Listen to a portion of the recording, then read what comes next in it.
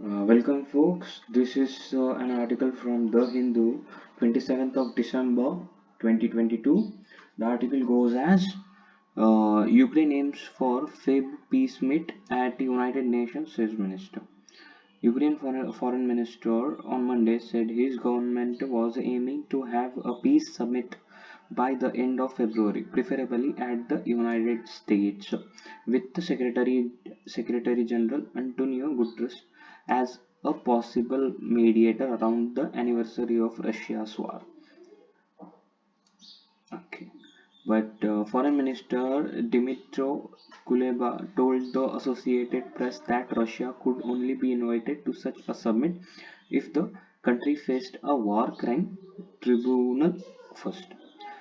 Mr. Kuleba said he was absolutely satisfied with the result of President Volodymyr Zelensky's visit to the US last week and revealed that US government had made a special plan to get the Patriot missile battery ready to be operational in the country in less than 6 months.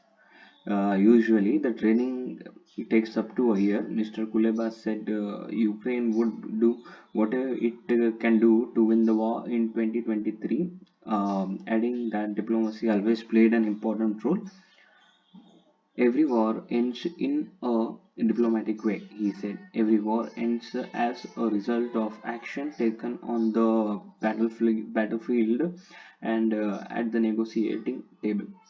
Mr. Kuleba said that the Ukrainian government would like to have a peace summit by the end of February. The United Nations could be best venue for holding this summit because this is not about making a favor to a certain country, he said. This is really bad about bringing everyone on board. On December 12, Mr. Zelensky said that Ukraine planned to initiate a summit to implement the Ukrainian peace formula in 2023. And another one article is from The Hindu. I have pointed it on page number 12. This is Zelensky speaks to Modi about G20, thanks India for aid and UN support. Prime Minister Narendra Modi spoke to Ukrainian President Volodymyr Zelensky on Monday to discuss India's ongoing G20 presidency. And during the conversation, the Ukrainian president sought support for his 10-point peace plan. The call marks the fourth telephone conversation between the two leaders this year and comes days after Mr. Zelensky's visit to Washington. This first trip abroad since the war in Ukraine began in February. Apart from the G20, Mr. Zelensky thanked India for its help during the war. Mr. Modi also asked the Ukrainian president to help facilitate arrangements for the continued education of Indian students who had returned from Ukraine earlier this year. I had a phone call with PM Modi and wished India a successful G20 presidency. It was on this platform that I announced the peace formula, and now I count on India's participation in its implementation. I also thanked for humanitarian aid and support in UN. Mr. Zelensky tweeted. 10 steps of 10 steps to peace. Mr. Zelensky reference to the peace formula entails a plan he had discussed at G20 summit in Bali, where he listed 10 steps to peace, ensuring radiation and nuclear safety, food security, energy security, and release of all prisoners and deported persons, implementation of UN charters, and restoration of Ukraine's territorial integrity and the world order with the withdrawal of Russian troops and cessation of hostilities, restoration of justice, countering ecocide, economic suppression, preventing escalation, and finally confirmation of the end of the war.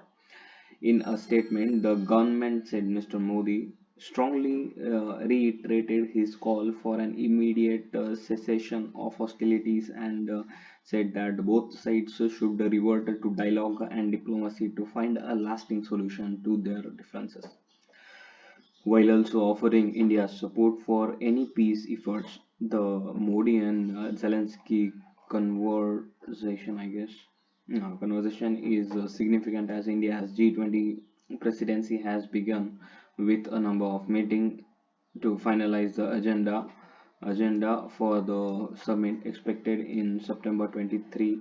The External Affairs Ministry did not commit on whether Mr. Modi invited Mr. President Zelensky to summit. Russian President Vladimir Putin has been invited to attend both the G20 and the Shanghai Cooperation Organization summit in India. While India's position at the UN has been to abstain on all resolution critical of Russia's action, the government has repeatedly called for dialogue and diplomacy to end the conflict in which thousands have died and 8 million people have fled the violence. In August, India's ambassador to UN, Ruchira Kamboj, said that India had dispatched 11 consignments, approximately 97.5 tons of humanitarian aid to Ukraine and neighboring countries. Criticism against India. It is another big topic. The phone call also followed an outburst by Ukrainian Foreign Minister Dmytro Kuleba, who criticized India for benefiting from Ukrainian suffering as it continued to ramp up imports of Russian oil. We are waiting for the moment when Indian foreign policy will call a spade and name the conflict not war in Ukraine, but what it is, Russian aggression against Ukraine, Mr. Kuleba had said earlier this month. In an interview on Sunday, Mr. Putin blamed the Ukrainian leadership for refusing to come to the table for talks but did not offer a ceasefire or explain what the acceptable solutions he was offering would be. Thank you.